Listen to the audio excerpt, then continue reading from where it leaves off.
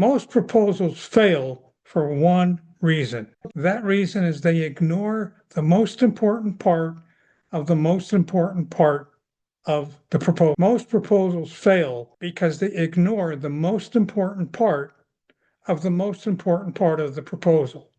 Yeah, I know that sounds a little strange. Let me give you an example of what I mean. Suppose you owned a small company and you had an important message to deliver to your employees. Now, you have a choice of doing it in person or creating a video or sending them an email. Well, probably because you have several locations, you'd probably want to send them an email. So the email becomes the most important part of the message that you plan to send. The subject line becomes the most important part of that email. Well, similarly, the same thing goes for proposals.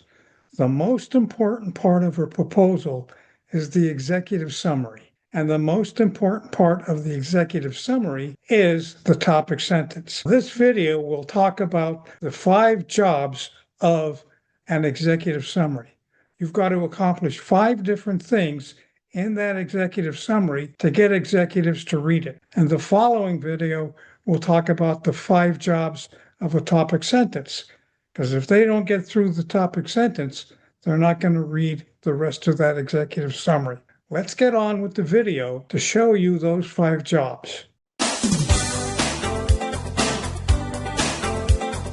Today our topic is executive summaries that sell your proposal. If you want your clients to read, remember, and respond positively to your proposals, you must first sell them with an excellent executive summary. Yes, that's the purpose of the executive summary, to sell. You need to sell your clients on the idea of carefully reading your proposal, understanding the benefits it offers, and recognizing the solutions and values it contains. If your clients are not impressed with your executive summary, they will not study your proposal with the attention you expect. Your executive summary, therefore, is the most important part of your proposal. For the most part, it should be no longer than 1 page, and it should accomplish the following tasks. First of all, your executive summary should build credibility. You build credibility by focusing on what your clients will see as a result of granting you the order. Your executive summary must reveal a clearly defined vision of a successful business relationship. You accomplish this when your executive summary allows your clients to see and hear words and ideas that are familiar to them. They should be familiar because you listened extremely well to your clients, you studied their situation, and you have dissected the structure of their RFP. Your executive summaries should leave your clients with the feeling that they will be making an intelligent decision if they work with you. In other words, your executive summaries appeals to your clients intellectually and emotionally.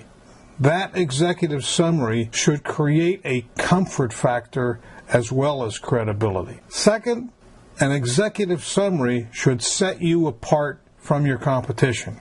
If you fill your executive summary with boilerplate pollution and your competitors do the same, that puts you in the same canoe with everyone else.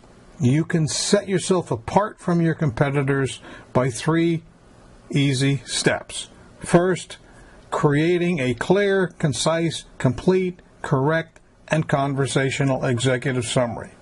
You don't want your clients to have to read your sentences 2 or 3 times to understand what you're trying to say. Second, exceeding your client's expectations. What can you offer your client your competitors can't, won't, or never even thought of? And third, you can set yourself apart by challenging your client's beliefs. Your clients may envision a solution to their problems coming from what they know of your competitors' products or services. Provide them a fresher, better, more tangible vision of what their situation can look like. Now, an excellent executive summary also prepares your clients for the reading style and pace of the rest of your proposal.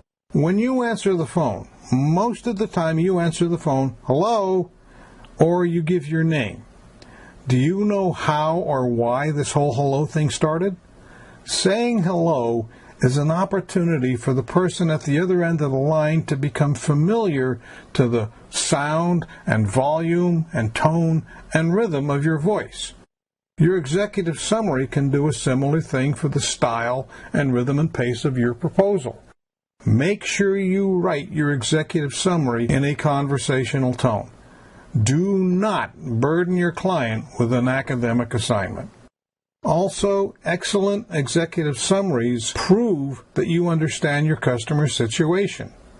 Your executive summary previews the content of your proposal. If your client feels your executive summary is nothing more than a commercial for your business, your clients will never read your proposal. Your executive summary needs to relive the client's pain or need, and then clearly and graphically reveal what they will see, feel, and experience as a result of your offering. An excellent executive summary also previews your unique solutions to the customer's needs. First you understand their problem, now you have to give them a solution. Even if your products or services are exactly the same as your competitors, you need to come up with a unique selling proposition that creates a customer who wants to do business with you. I'm sure by listening to your customers, by doing the research, by focusing on their needs, and maybe even using words from their boilerplate pollution on their website, you might be able to create a unique solution. Now, let me offer you a way to test the power of your executive summary. If you feel confident your executive summary represents you well, run it through a taste test. Let someone or a group of people unfamiliar with your product or services, your clients, or even your industry, let them read your executive summary. If they can read it quickly and easily, if they understand that it offers reasonable ideas, if they say something like, sounds good to me, the chances are pretty high you've got a winner. If they have to ask you a lot of questions, you might want to rethink your approach. If your review board doesn't understand your words, your clients might feel the same way.